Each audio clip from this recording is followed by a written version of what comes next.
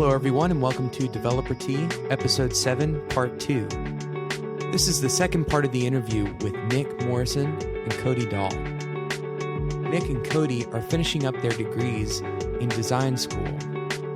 In the previous episode, we talked a little bit about if they thought that design school was a good value, if it was a good decision for them. We're going to continue the conversation in this episode. Can you tell, just for everybody to know, because I don't know exactly what the program is called, but where and what is the program that you're in? So it's actually a Bachelor of Fine Arts in Graphic Design from Georgia State. And I guess the dynamic of this program that makes it really competitive is probably between 50 and 60 people apply for every rotation. And you bring in your portfolios that you've prepared through intro classes.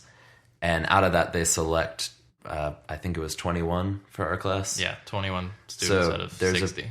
There's a 50% attrition rate, which is pretty competitive. Sure, yeah. So there's 21 people that you're constantly it's in your class, 21 people. Mm-hmm. How many people are in the program at one time? I'm assuming probably around 60-ish? It's 40, actually. 40, okay. So we have juniors and seniors. It's to get into the BFA, like you make it in, and then there's 2 years. Okay. So you have the underlings and the upperlings, as our professors make a point to kind of create. Okay. So yeah, every program has its own culture, and so for anybody who's listening to this, wondering whether or not you should go onto design school, really, unfortunately, I'm going to go ahead and give you the punchline. We can't give you an answer. There's not really a perfect answer to this question. For some people, it's a good idea. Obviously for Nick and Kody, they thought it was a good idea. Do you feel like now, here's the $1 million question, or I guess probably however much. $150,000 question. Do you feel like you made the right decision by going to formal school? Now, keep in mind that most people who go to school will defend their decision to go to school. It's a sunk cost fallacy. So we kind of expect you to say yes, but if you have any thoughts on why you think it was a valuable decision, that I think listeners and I am very interested to know. I think for me, the value of it is a little bit more intangible. So it's challenging for me to say in a moment whether I would go back knowing what I know. What I know now, like what I've lived through, I guess. That sounds really harsh and tragic. No, I think that's a good thing, because a lot of people try to base it off of, does it deliver a dollar value? And this is why I didn't give you these questions beforehand, because you would have said something about the dollar value, but that actually is a better answer to me. Like, you had human experiences that made this, has very little to do necessarily with your professional life, but you had human experiences that made it something different than it would have been just professionally. Right? Yeah, absolutely. And I think for me, it's been a matter of, I've been put through a little bit of a fire on a technical level, on a personal level. It's a hard thing that you go through just because of all the time and effort that you have to put into it. So I would say that it has definitely resulted in benefits and made me a better designer on a professional level and on a human level. So I would advocate for it, I think, in some cases. It depends on the kind of person you are, obviously, but sure. It worked well for me. I think it really brings out the best and the worst characteristics in yourself and sort of helps you realize those too. So if you're bad at time management, you'll learn really quick that you're bad at time management, and you will get better because that's what you have to do to succeed. So you really get, it's almost like a personal study as much as it is a design program. So you learn what your strengths are in design and what your weaknesses are, so that you can very quickly work on them and learn to improve, so that when you do enter the workforce, or at whatever point you enter the workforce, you are prepared and well educated to, really just be the best person that you can be, or the best designer that you can be. Yeah, designer, not person. They don't focus on that. Yeah. But I would argue that, at least for my formal education, a lot of the skills that I learned had less to do with my technique and more to do with my being a human, right? Like what you were saying about time management, Nick, is that's totally true. Like I had to deal with a bunch of projects, and you guys did too. I know because we've talked about it. So many projects where I was like, dude, I have no idea how in the world I'm going to get this done. And there is a deadline. Like in the professional environment, you know, depending on who you work for, deadlines sometimes can move and shift. And a really valuable worker knows how to come close to a deadline. Like it seems kind of like a really concrete thing to define, but that is a value to bring to the table, that you've had the discipline to go through a relatively rigorous process to get a degree, right? And that's even if it's just to prove to yourself, that's a really valuable thing. To prove to yourself that you have the discipline to do all those projects and to get them in on time and to not fail classes, like to actually, you know, stand up to all the critique from the professors that you guys were talking about earlier, which leads me into my next question. So you talked about your professors being the most valuable part of your education, and I'm really interested to hear a little bit more about kind of the characteristics of who they were, right? So people think of professor, and immediately what I think when I think of a design professor, I think of like a 60-year-old white-haired dude. Yes, I do think of a man. That's just what comes into my mind. That call it sexist or whatever you want to call it. That's what comes into my mind. And so think of this guy who like designed a typeface, you know, like 30 years ago, and because he designed some typeface, he's become a professor now because everybody thinks, hey, he designed a typeface. So tell me how wrong I am, please.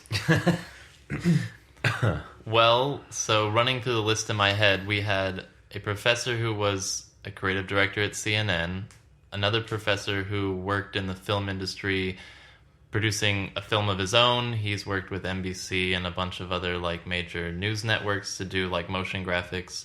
And then on the other spectrum, we have a professor who is like a illustrator who does editorial illustrations, and he's been a freelancer for a long time, freelancing his whole life, so he has a totally different perspective. And then I think the rest of them, they just have worked in the industry in various fields doing all sorts of good work with good people. So I think it's a very well varied and diverse group of professors, so you really get a good wide spectrum of learning from every single person. And there's actually 2 women, just Nice. for the record. Good.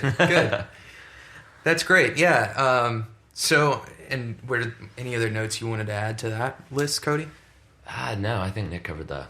Cool. All right. Well then, so that's an interesting thing to me because I think most good design schools probably have that same kind of list, right? Mm-hmm. It's not going to be a bunch of the same like print design guys who focus on how to make a good poster.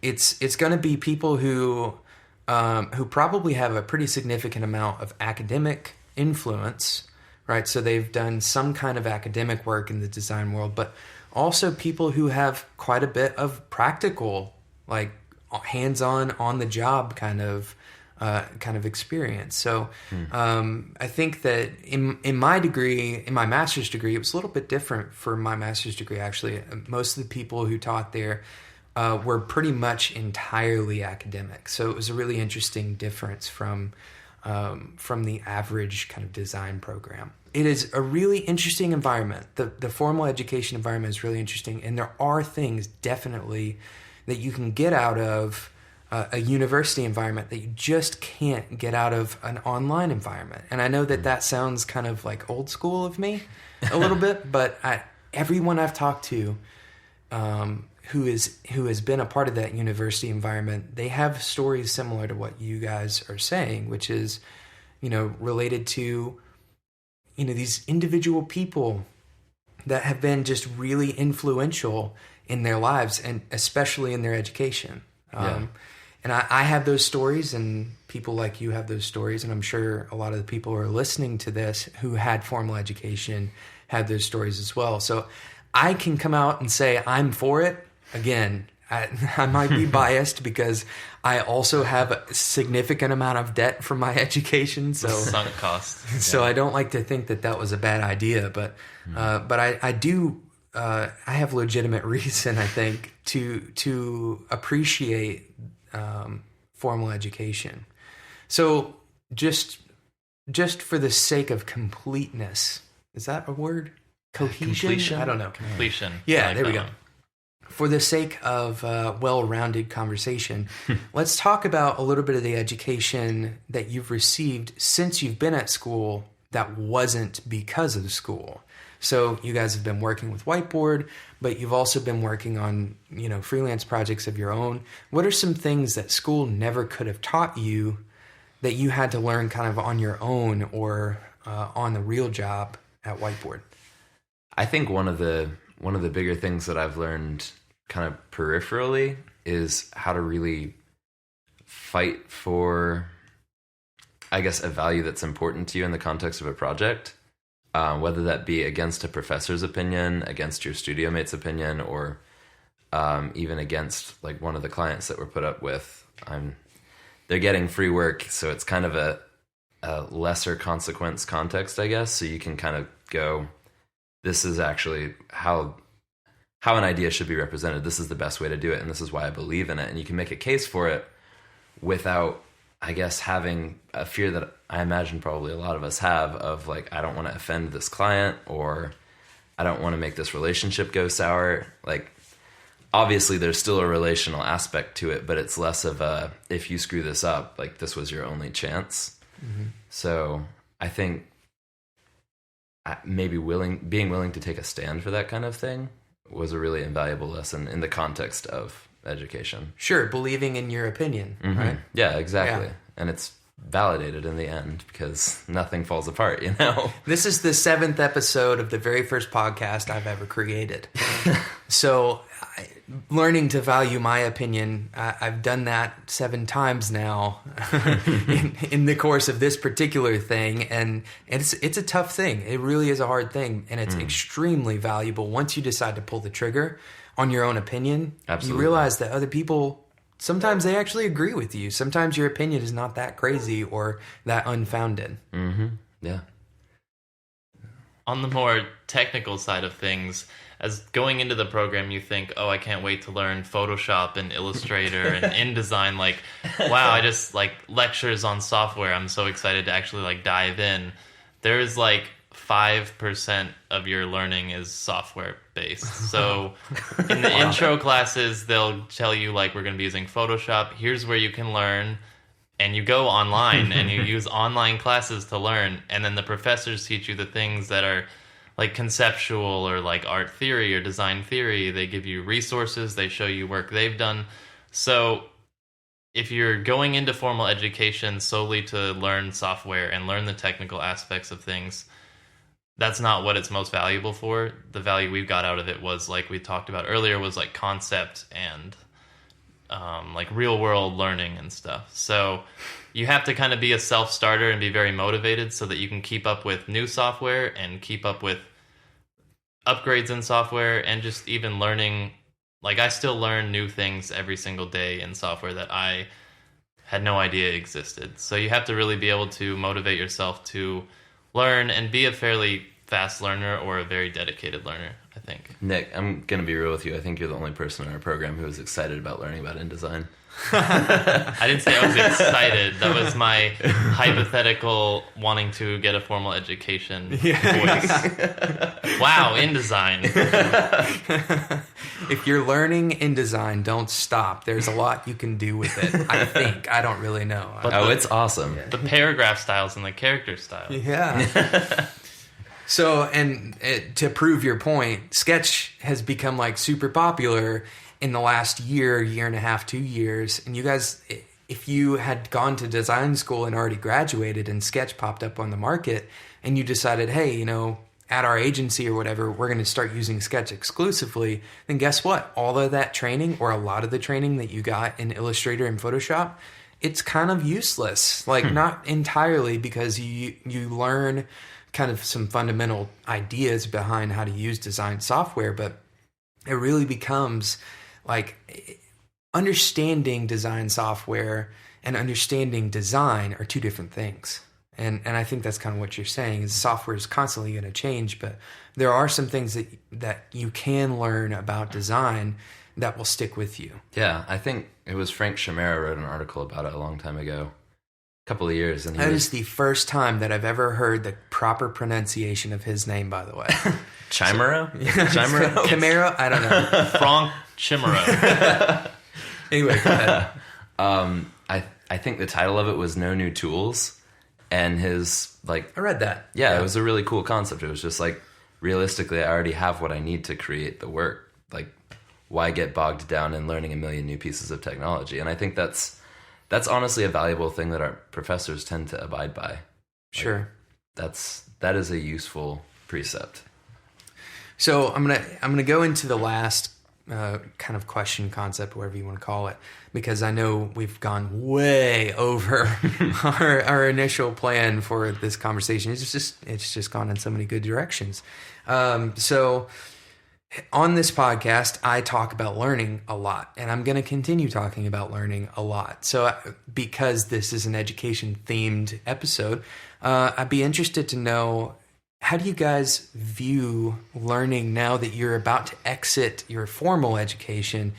What do you think is the value of learning now that you're kind of leaving that forced learning environment? How do you adopt learning in your day-to-day design work? Because it's different for everyone. So I think it's valuable to learn about learning. Well, cultivating a good library of resources is important, and then having a good friend group or a bunch of colleagues and coworkers that you can bounce ideas off of or share resources and constantly be talking about more new things and talking to them and learning from them or sharing what you've learned. So I know at Whiteboard we've done like lunch and learn or different talks, and I think those are really valuable because you can learn from what other people have to say, and then you can also contribute your own things that you've learned. So really spending, some time every week reading about something you didn't know about, or setting out to learn something that you didn't know that you've been wanting to know for a long time, I think is important so that you stay current and fresh with keeping your brain nice and stimulated. Yeah, that's the word. And I guess just to bounce off of that a little bit, I feel like it is really, really important to have a community of people that are interested in learning, or at least interested in the things you're interested in around you. It kind of motivates you or keeps you accountable to learn. Like I know you, Jonathan, you've challenged me a lot to learn new things just because of the way that you learn new things. And I think that's a really invaluable thing. So if you're listening to this and you don't have that, it's worth finding. And then honestly, just going after the things that pique your interest, I guess, in your industry. Because, I would hope you got into it because you were interested in it on some level. And those are the things that you're already good at. And that's one of the really nice things I think about not being in this forced induction learning environment, because you can be more self-motivated and self-directed in it. So I think those little hints and leanings are things worth listening to, So if you're really into interaction design, or I guess maybe animation heavy CSS stuff, I think it is worth pursuing that kind of stuff and not just slogging through something that you don't really care about because someone told you should. Absolutely. Thanks so much to Nick and Kody for their time. And for joining me on Developer Tea, Episode 7. I thought they had a lot of insight to add to the conversation about formal education. I hope you enjoyed this podcast. Let me know if you have any thoughts or any comments about the podcast in general. You can get at me on Twitter at @DeveloperT, or you can email me at developertea@gmail.com. Until next time, enjoy your tea.